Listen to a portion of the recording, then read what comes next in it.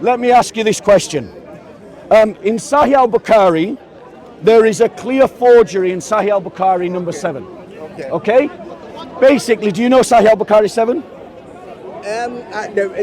These are many, so you can mention, just bring out what you know. I'll cut to the chase. Yeah. And I've got it, we can look at it if you want me to. Okay. Right? Sahih al-Bukhari number 7 tells a story about Abu Sufyan meeting Heraclius.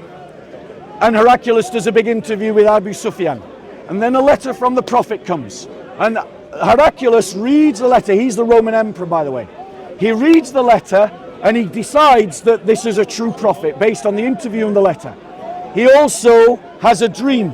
And he writes to his friend in Rome and he says, inquires of his friend in Rome, and his friend replies to him. And he goes to Homs. He leaves Abu Sufyan. He goes to Homs and he reads his friend's reply, and his friend's reply tells him that Muhammad is a prophet. Muhammad is a prophet. That's what the Hadith says. Okay. And then Heraclius gathers all the elites of the Roman Empire together and has a meeting in which he says to these elites of Rome, I think we should all become Muslim if we want our empire to survive. Okay. Right? Now, here's my question to you. Which member of the Isnad chain had access to that private letter and I had access to that private meeting of the Roman elites? Okay, yeah, that's a good question. Now, when it comes to Hadith, yeah, sometimes I don't want to get too much into debates of Hadith because there are specialist scholars on Hadith. So I don't want to usurp the authority. But what I know about Hadith is this. We have chains of narrations on what you are saying. Yes. But your question is, who have access to those letters to be able to narrate? I have no idea. Right. I have to research into it. Right. Here's my answer. Yeah. When you look at the Isnad chain and you look into the biographies, it will become quickly apparent that none of them could have. None of them could have. Right? When you look at their hadith, when you look at the biographies of those people in the Isnad chain, say none of them could have. What's your base of the argument? Right, because they're either firstly they're in the Hijaz with Muhammad. They're the companions of Muhammad. Right? They hear the report from Abu Sufyan. So the only person that could potentially have contact with a letter in the private meeting is Abu Sufyan. But do you honestly believe that Abu Sufyan, who was a trader and a merchant, is going to be brought into a private meeting of the Roman elites where the Roman emperor is about to suggest that the entire Roman Empire converts to Islam? It's utter forgery and lie. Okay. It is so pure forgery and lie. Your base of argument is that, one, there was no way one of the people in the Isnads could have access to the letter. Or Abu Sufyan. On the basis of that, then it means that particular hadith is a lie and a forgery. Okay, I have to research into it before I can come to such conclusion. Now, I can tell you're a smart guy. You're a smart guy because you asked me a tricky question and you clearly thought about it before you came and asked. Well done you. But now think this through logically. If I have established good grounds to demonstrate that in Sahih al-Bukhari there is a forgery and a lie, then that means the science of hadith have failed and that the whole collection of hadith is now in question. Because remember, for something to be sahih, every person in the Isnad chain has to be good character so they don't lie, and they have to have precise memory and good recollection, and they have to be righteous in their deen. Right? Those are the bases we use to categorize the hadith, because we have authentic, yes, we have good, and so we're talking about, and this Sahih al-Bukhari number 7 is Sahih, which means it's reliable, which means it's trustworthy. But that means someone lied. That means someone lied, and there is a lie and a forgery in Sahih al-Bukhari. So how many other lies are in Sahih al-Bukhari that Bukhari didn't spot?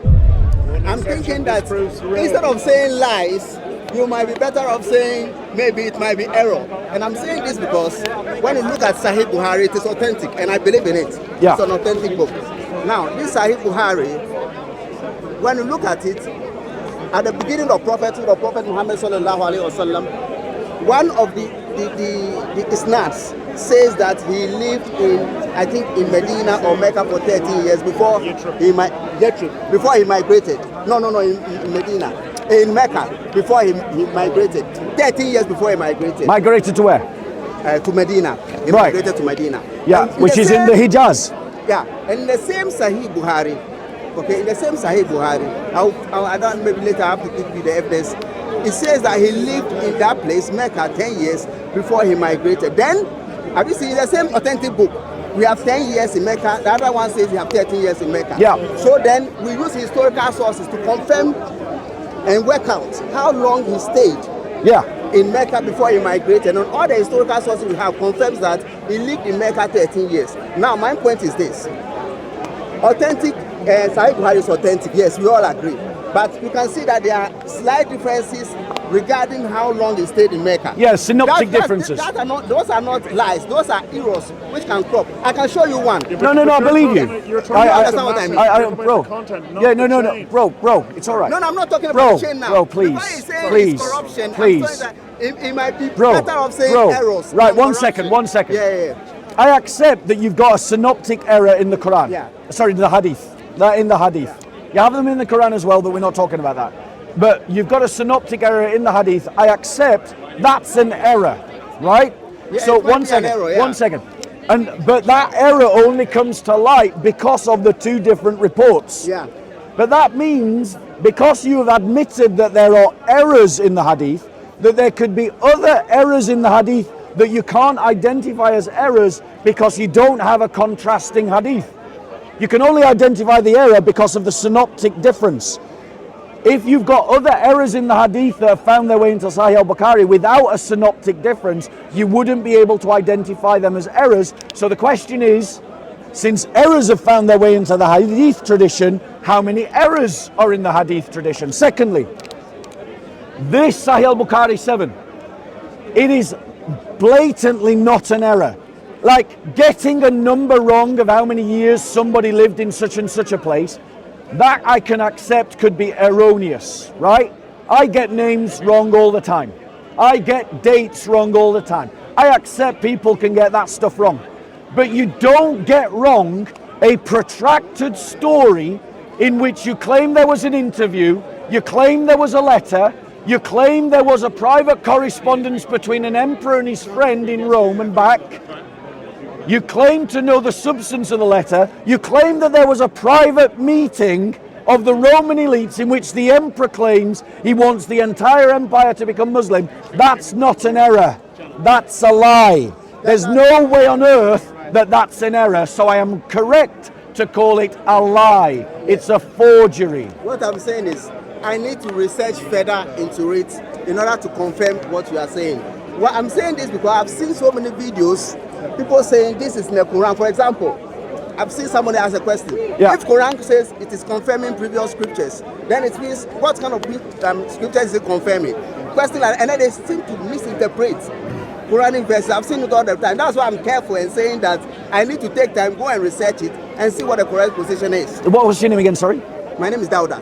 Dawuda. Yeah. Dawuda, let me ask you this question. Okay. If you can see that there may be lots of errors in the Quran and lots of Quran, sorry, no my error apologies. in the Quran. There's an example of an error. If you can see the possibility that there's lots of errors in the Hadith and lots of forgeries in the Hadith, and you cannot know, and you can't know which is which because they're all called Sahih, do you not understand the implications that that has for Sharia? Let me give you an example. In Sahih al-Bukhari, it talks about that there used to be a verse in the Quran at the time of the Prophet that we used to recite that said that the punishment for adultery was stoning. But we no longer find that verse in the Quran, and I fear that in the future Muslims will abandon something that Allah has commanded us to do. That's in the Hadith. There's no corresponding verse in the Quran about stoning people. You and I both know it's lashes for adultery. Yes? Right? Now, that Hadith, I argue to you, is another forgery. But the reason why it was a forgery is this.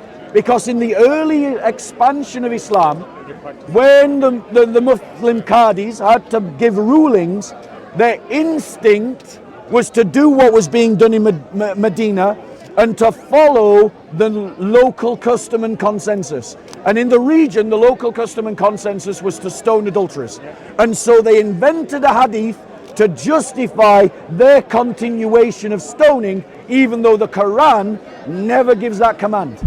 My point to you is this: if the hadiths are full of forgeries and full of errors that you can't detect because there's no synoptic distinctions, then your Sharia is broken. Your Sharia is not from God. You can't trust the interpretation of the Quran. Can I explain? Go on, Dawud. Okay. Now, basically in Islam, we have the Hadith and we have the Quran. And I'm happy you understand the Hadith and the Quran. Yeah. Now, the Hadith and the Quran are not on the same level of authenticity. Agreed. And authority. Yes. The Hadith is like the Quran position on the Hadith is superior. So when you are reading anything in the Hadith which contradicts the Quran, even though it is in an authentic Hadith, you have to disregard it and take the Quranic position. Am I clear? Yes, I know. Yeah. Okay. I'm happy you know this one.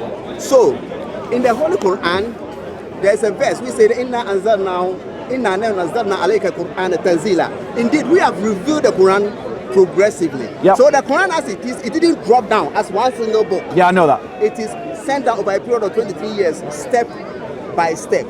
Step by step. That's Yep. how the Quran was reviewed. Yep. Let me give you the example of alcohol. When the prohibition on the verse of alcohol will come, okay, the first verse which came, it told them that when you are drunk, don't get near to prayers. Yes. That's the first verse. I'm aware of that.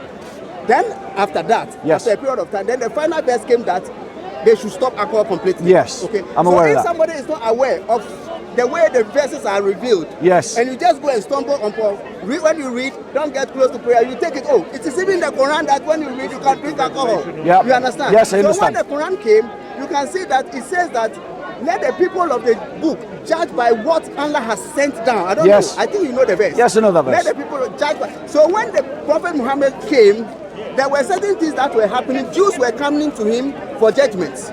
So those were Yep. the times when those verses came that if you have the Torah, Yep. and the crime for adultery is stoning. Yes. So why are you coming in for judgment? You have the book. Yes. So there was even a hadith where the Jews came to him. They said the woman committed a fornication, and they asked him to come in a judge, and he asked them to bring the book.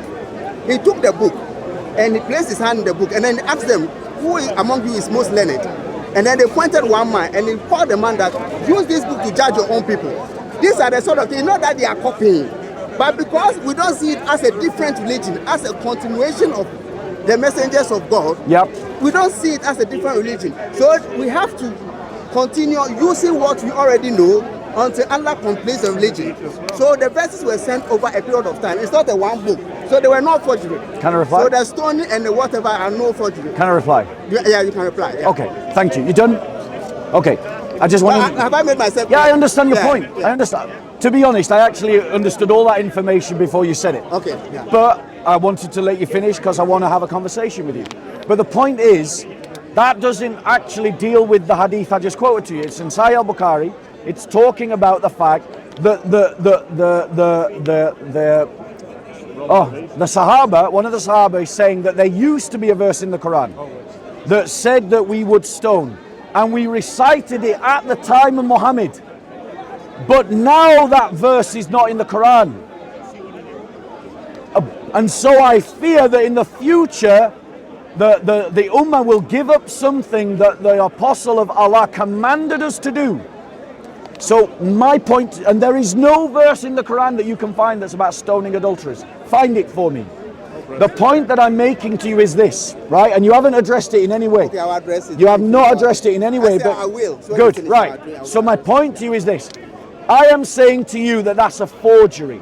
Okay. And the reason why I'm saying it's a forgery is because in early fiqh, in early usul al-fiqh, the principle was to continue the local custom. That was what was done in Medina, and that was the first sort of, as it were, madhab.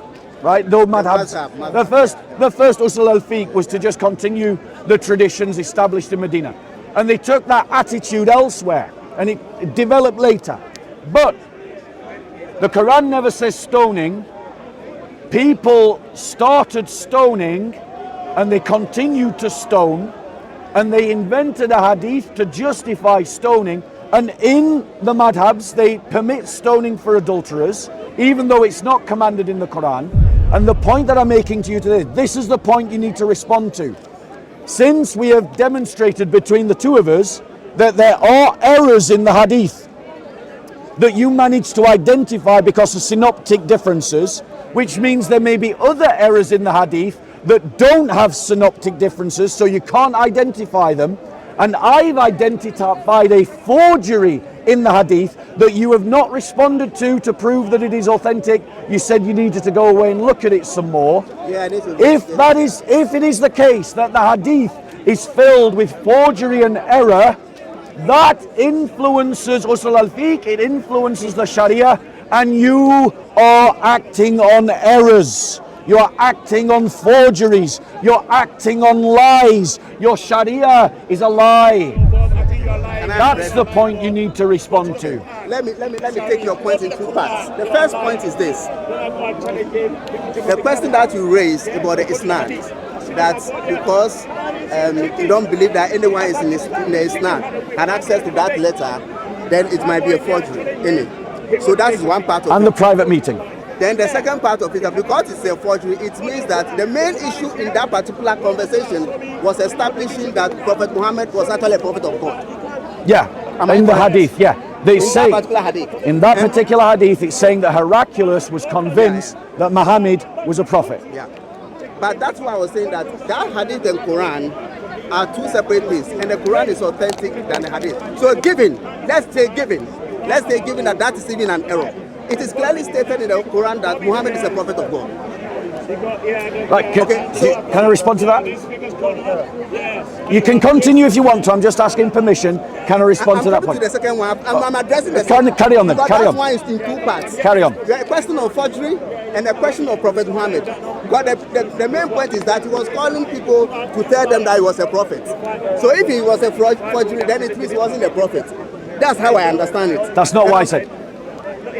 No, but basically, if it's a forgery, then they claim in the letter that they should come and convert to Islam that Prophet Muhammad is a prophet isn't accurate. That's not the argument I made. That was the argument you were making. Listen. No, by extension, that's the argument you were making. May I reply? Yeah, reply. Right. To clarify the argument that I'm making, I'm not actually concerned about prophethood. Okay, then let me address the other one. I am concerned about the fact that a forged hadith that is full of lies and fiction, it is a 7th, 8th, 9th century fiction, is claiming that Heraclius wanted to become a Muslim.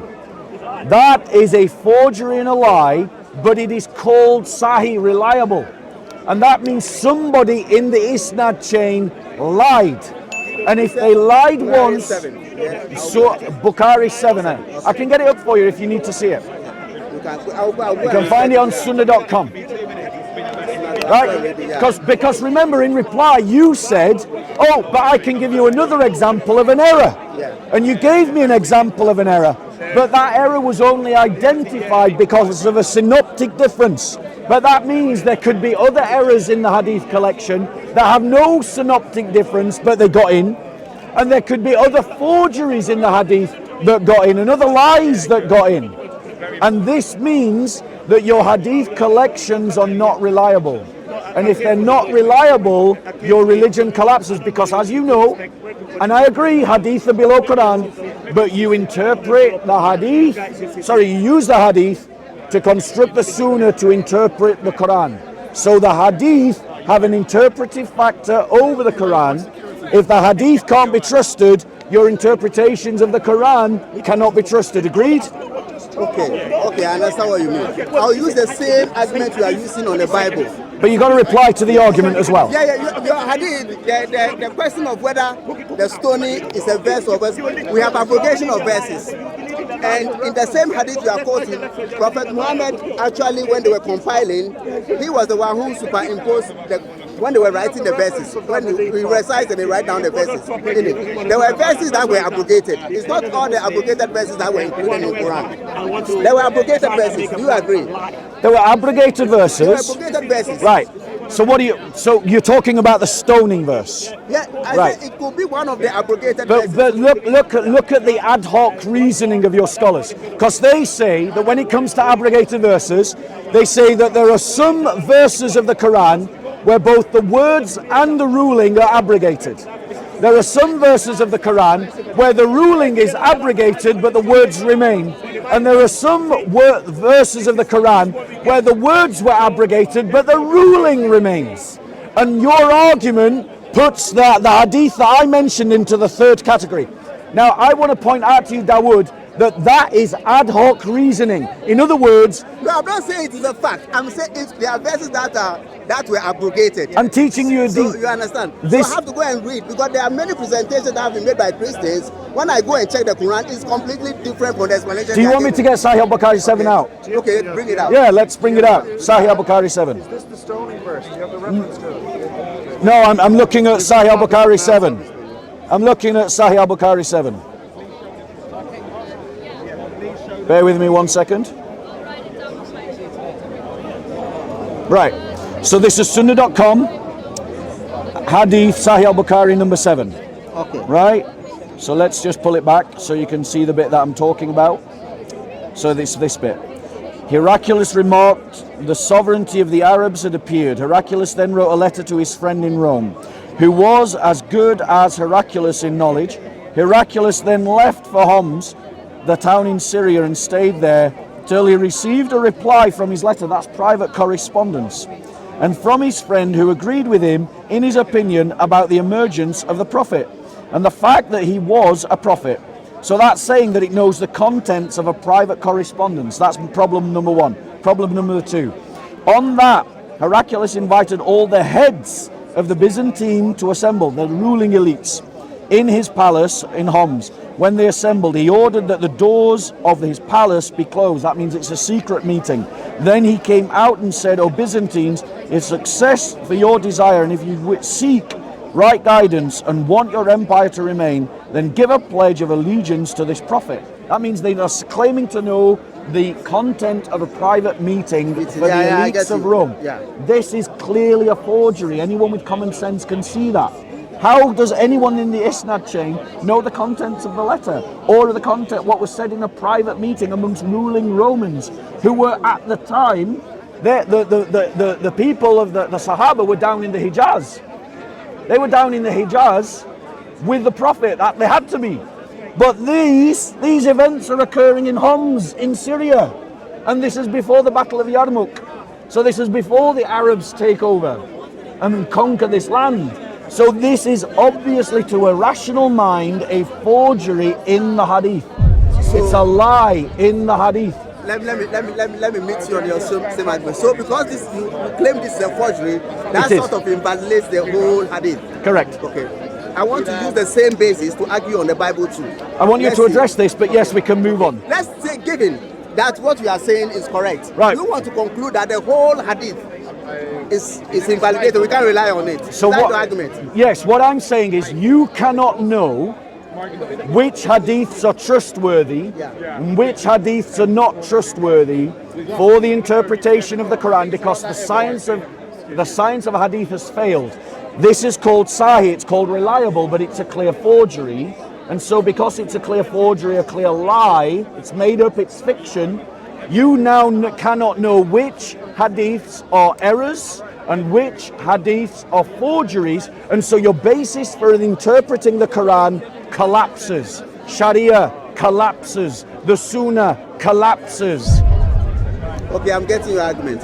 So if I was to use the same argument, then it means the Bible too cannot be relied upon. Right, but pointing out, I am happy to talk about the Bible. Okay. I'm not running away. Okay. But I want to close this argument first. Okay. Do you agree?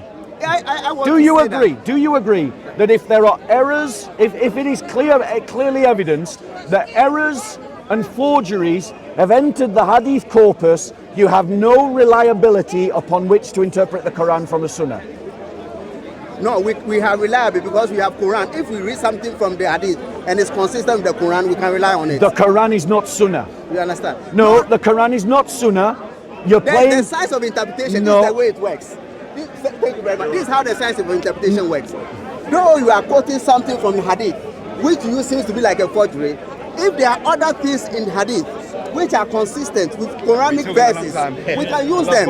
Right. We have a certain level of confidence that this is correct. But you So cannot. you can't say the whole, because of one thing you saw, the whole hadith collapses. No, Not one, multiple. Because remember, quite by accident, you offered me an error in the hadith collection, and you explained it away, and I'm happy to go with your explanation. But the only reason why you were able to identify the error was because of a synoptic tradition. But that means in the realm of possibility that other errors could have entered into the hadith where there isn't a synoptic to identify them, and so you don't know what's true and what's false in the hadith. I get you. So the hadith tradition collapses, the sunnah collapses. Collapse. You can say it may collapse if we don't have something in the hadith which is not consistent with the Quran. If we have something hadith talking about something and we don't have a verse in the Quran talking about that same thing, then you can say it is collapsing. But if the hadith is talking about something and there's a verse addressing that particular thing, we can still work with the hadith. But no, that's not how it works. One second. I'm sorry, Dawood, but I need to correct you on your deen. It isn't that you use a verse of the Quran to act alone. Every verse of the Quran is interpreted through the prism of hadith literature. If there isn't a hadith that talks about a verse, I would be amazed. Please find me that verse where there's no hadith talking about it, because when you read through the tafsir, for every verse that any tafsiri quotes, he's quoting hadith all the time. Happens for every verse. So every verse of the Quran is interpreted by hadith. If you can't trust the hadith, your understanding of the Quran collapses. Now, I'll give you an example. You have a hadith. It talks about stoning. The Rajam hadith. Do you know the one I'm talking about? The stoning, yeah. Right, so I'm not making it up, am I? So the stoning, my question on the stoning. Yeah. Which particular verse of the Holy Quran mentions stoning? None. That's the problem. That's what I'm saying. No, that's the problem. And it is not in the Quran, then it means the weight of it is not strong. But if you have something in the hadith and there's a verse in the Quran, then it means we are based on consistency. Right, let me help. Right. Are you understanding? I understand your point exactly. I understand your point exactly, but that would respectfully, this is where you're in trouble. Because when you look at the madhabs, all of the madhabs permit stoning for adultery. What is the Hanbali permits stoning for adultery? Why do the Hanbali justify stoning for adultery? Do they quote a verse of the Quran? No. They just quote the hadith. There's no verse in the Quran that talks about stoning. If it does, show me. So basically the Sharia is being lent on the hadith and not the Quran, because what's the punishment in the Quran? Whipping, lashes. And you know and I know that if a verse of the hadith if a hadith contradicts the Quran, you're supposed to dismiss the hadith, correct? That's right. how it works. But yet the madhabs ignore the Quran and they build a Sharia, they build a Sunnah on the hadith alone. And here's how they excuse it. I'm teaching you your deen now. No, you're not teaching me. I'm teaching you your hadith. I know about it. What you are saying, I know all about it already. Do you want me to read the hadith? Which hadith is that? This is the hadith, Sahih 1691. Verily Allah sent Muhammad with truth, and he sent down the book upon him. And the verse of stoning was included in what was sent down to him, which means your Quran is different from their Quran. We recited it, we retained it in our memory, and we understood it. Allah's messenger awarded the punishment of stoning to death. That's what you said when you talked about when the book in their hand. Yeah. So Allah's messenger awarded the punishment of stoning to death to the married adulterer and adulteress, and after him we also awarded the punishment of stoning. So that means it's sunnah. And then it goes on. I am afraid with the lapse of time the people may forget and say, we do not find the punishment of stoning in the book of Allah.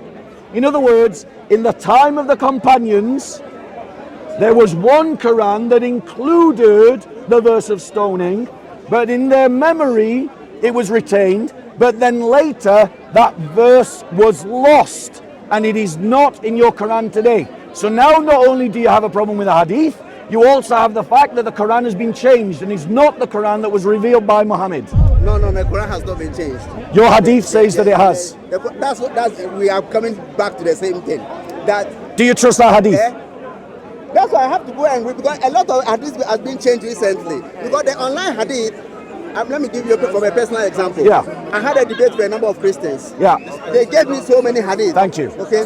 They gave me so many Hadith. Some about, the description of paradise. I read the Hadith. When I went back to check the Hadith, I realized that some people have created a website. They pick the Islamic Hadith. I don't want to put them Christians. I will say non-Muslims. They have just created a website and they are manipulating our Hadith and using it as arguments against Muslims. That's why I'm careful and saying I have to go and check who owns Sunan.com. A Muslim. It's a Muslim website. What is his name? I don't know his name, bro. You see Come on, bro. You're running, bro. You're running. Darwin, you're running. You say it's a Muslim. Darwin. Who is the Muslim? Darwin. You don't know. Could maybe one of you research who owns Sunnah.com? Please. Who owns Sunnah.com? Here's what I think from memory. Wait. What is this name? Bro. Dawud. I think, Dawud, all you're doing is running. I'm not running. You Dawud, listen, it is, okay? Dawud. And I'm saying who owns it. Yes. You said a Muslim. I think it is, Dawud, Take the information. Dawud, Yeah. I think it is owned by the Qatari government. Qatar, I'll go and research I think it is you are owned. not sure, you think. No, I'm not sure. I'm not claiming So why to are be you not sure. using it? I'm If not you claiming. think and you're not sure, why are you using it? Right, because it is a website that is used commonly amongst Muslims. I'm afraid I have Right. to go and check. Right. Because you see what I'm telling you. I've debated with talk to Christians in the me. past. Stop talking to them. Talk to me. I've Now, debated with Christians in the past. listen, and Dawud. that's what they do. They Listen, go and Dawud. send me hadith. Try to find out. Just put in who owns Sunnah.com. Right? Yeah, I'm Now, very much interested in that because I need to research. Right. Yeah. So let's be clear. Okay. Right? And you can't prove that it's owned by non-Muslims. I can't prove yet that it is owned by Muslims. That's why I want to go Right. research. But the point is, if it turns out to be owned by Muslims, you're now in trouble. Yeah, I'll be in trouble. You are in and trouble. when it turns out that it is by non-Muslim, It's not going to work out like that. It's Not going to work out like that. I tell you to work It's out. really not going to work like that. It's really not going to work. I love talking to you. You're fun. Right. But listen to me, Darwin. Right. But I want to use Has the anyone same found argument it? you are using against me. Any specific company, it's a non-profit technology. Yeah, but who is right? But Any who is specific behind individual, it? it That's is a the question. project, Who is behind like a that? volunteer-based Who is effort behind it? focused on. Right. Just put in is Sunnah.com run They by have been corrupting Muslims. the hadith online Right. and contributing We're to going to Muslims. we're checking now. We're going to try and find Now, out I'll who's use running. the basis of argument No, against you. we haven't finished yet. We haven't finished. Okay. So we've got a verse in the hadith that we've shown you from Sunnah.com that talks about the stoning verse, right? And that stoning verse is not in your Quran. But the hadith says that it was in the Quran at the time of Muhammad. That means your hadiths are testifying to the fact that your Quran has been changed.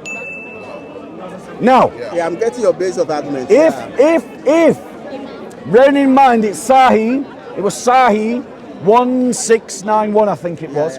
If it's Sahih, then that means you've got a problem.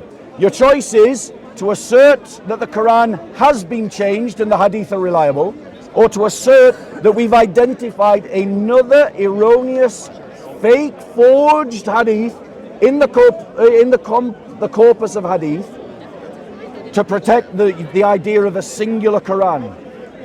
If you're going to reject the hadith, this hadith, if you're going to reject it, then that means we've got more forgeries in the hadith.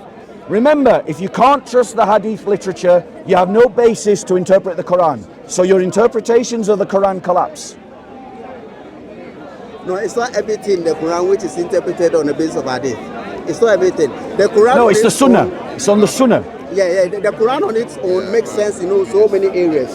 So we can't use hadith and superimpose what is in the hadith on Quran. Quran is always on top of hadith. I hope you get me. Quran will always be on top of the hadith. So what anytime about you the see stoning something- verse? When you see something in the hadith which contradicts the Quran, you are better off working with the Quran and leaving the hadith. Right. So we've got a hadith that your madhabs use to justify stoning. You and I know that stoning is in Sharia. It's in the Sunnah. Yeah, I know it's Right. Sharia, yeah. So stoning is in the Sharia, Yeah. but there's no verse in the Quran. Yeah, I understand all that. So I why understand are you all that. stoning people? I don't want to contest that or say the scholars are wrong. That's a question for the scholars to handle. But Dawood, you're supposed to be a man who searches for truth. Yeah. And if I am demonstrating to you that the basis of your understanding of Islam is faulty, and the basis No, of no, it's Islam, not faulty. it clearly is, because not faulty. you keep telling us trust the Quran, not the Hadith. If I'm the not saying two, don't trust the hadith. No, That's not what I'm saying. you're I'm saying the Quran if is there's on top. something in Quran, yeah, Quran is on top of the hadith. so what's yeah. the punishment in the Quran for adultery? The Quran, the punishment in the Quran for adultery is caning. Yes. Now the same Quran. What? Let me come in. Go on. The same Quran says that Oh, yeah, you might. Oh, no, that would be. whatever the Prophet Muhammad sallallahu alaihi wasallam gives you, take it. Yes. And whatever he forbids you from doing, Forbid it. refrain from it. Yes. So it might well be that the scholars are interpreting this particular verse to mean that whatever they saw the Holy Prophet doing when he came is part of this part of the verse of the Holy Quran. Yeah. I'm not saying that is it, but I'm just saying that because it is in the Quran that Yes. whatever the Holy Prophet gives you, take it, and whatever he forbids you from doing, refrain from it. It could as well be that in administering those punishments, the scholars then understood it to mean that that particular punishment may be part of the things they saw the Holy Prophet doing. Therefore, they can assimilate it into the number of laws in Sharia. I understand. That's the way- I understand your argument. I understand Yeah. your argument perfectly, but just consider what you're saying. Yeah. You're essentially saying Muhammad is a bad Muslim because there is a clear, unambiguous verse of the Quran that states that the punishment for adultery is lashes. And then you're saying that Muhammad allowed punishments other than those prescribed by Allah himself in his Quran. No. This Let me means, clarify wait, no. something. Okay. This means very clearly that if your logic is, if your argument is sound, that Muhammad took it upon himself to ignore the clear command of Allah and to give a punishment for adultery that the Quran did not give. No. Let me explain this one. The 100 lashes you are talking about is talking about fornication. But the one thing with the Arabic language is that it uses both scenarios, adultery and fornication. So the lashes, which is the 100 one, is specifically for fornication. What's fornication? Okay?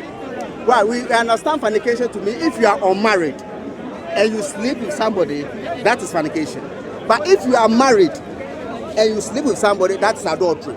So what they were doing, the Sharia is talking about adultery, the stoning. Yes. That's talking about adultery. Yes. So it might as well be that the scholars are understanding the verse in the Holy Quran, the 100 lashes, to be specifically for fornication.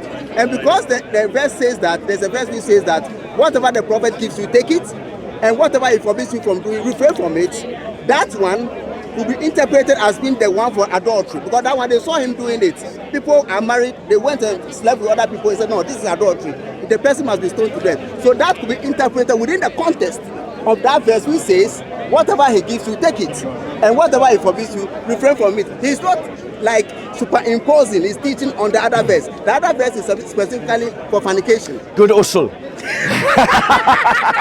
I'm dodging Right. all the Yeah, dodgy. Right. Great hustle. Some might call it a hustle, right? But you've still got the problem, therefore, that we have a hadith in the hadith corpus that talks about the Quran having a verse that it no longer has. Yeah, I understand that one. I have to Right? research into So it, do you yeah. believe that there was a verse of stoning in the Quran at one time and now no longer is? Or do you believe that the hadith is a forgery and an I error? think you showed me the verse. That's why I said I have to go and research the website. Because Right. People have been forging websites. Has anyone I have found to go and who search it. Yeah. owns or runs? It's a private company registered in the UK. There's no government. Right. Joel Chowdhury. Many. What? Joel Chowdhury. Joel Chowdhury. Jewel. Right, so we know E-W-E-L. Chowdhury. Joel, wait. You asked us to identify the owner of Yeah, Sunnah.com. yeah. The owner is Joel Chowdhury. Yeah. Does that sound like a Muslim name or a Christian name? I can't say. I have to Come go on, and read bro. about him. Come I on. have to go and Who's read about heard of him, please. Anjum Chowdhury? Jawal Chowdhury, The person can even Anjum be- Chowdhury. Tell me, Person tell can me. even be Sheikh Tell Abdullah, me. something. Tell But I me. still have to read about Tell me. Tell to me. identify Tell his me. knowledge in the religion. Jawal, is it an Islamic name? No, I can't say it's an Islamic It is an name. Islamic name. Why? What's It your is an basis for Islamic affirming name. that it's an Can Islamic someone name? just Google is Jawal an Islamic that's name? what I'm doing Yeah, now. right. Because are you aware? Bro, Arabs you're have those running. names who don't. You're running. We've No, no, no. provided the evidence you asked for, and I'll you go now read you're about saying him. right. But the point I don't want you to get away with, and this is where I'm going to stop and let you start talking about the Bible. The point that I'm making to you is this, right? I presented the hadith about Hercules, Yeah, I understand right? all that. You presented the synoptic error, right? Which means that there are other errors that might not be synoptic. Then I showed you the hadith about the missing verse in the Quran. Yeah. Two points. Yeah. These examples draw into question the integrity of the hadith.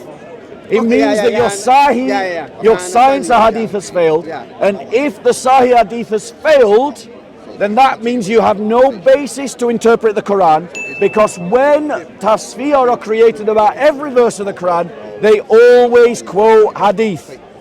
And so without the hadith, you have no sound basis of interpretation of the Quran, and Sharia collapses. That's the argument. You didn't reply, you just said you needed to go away and read more. Now, you can reverse the argument and make your argument.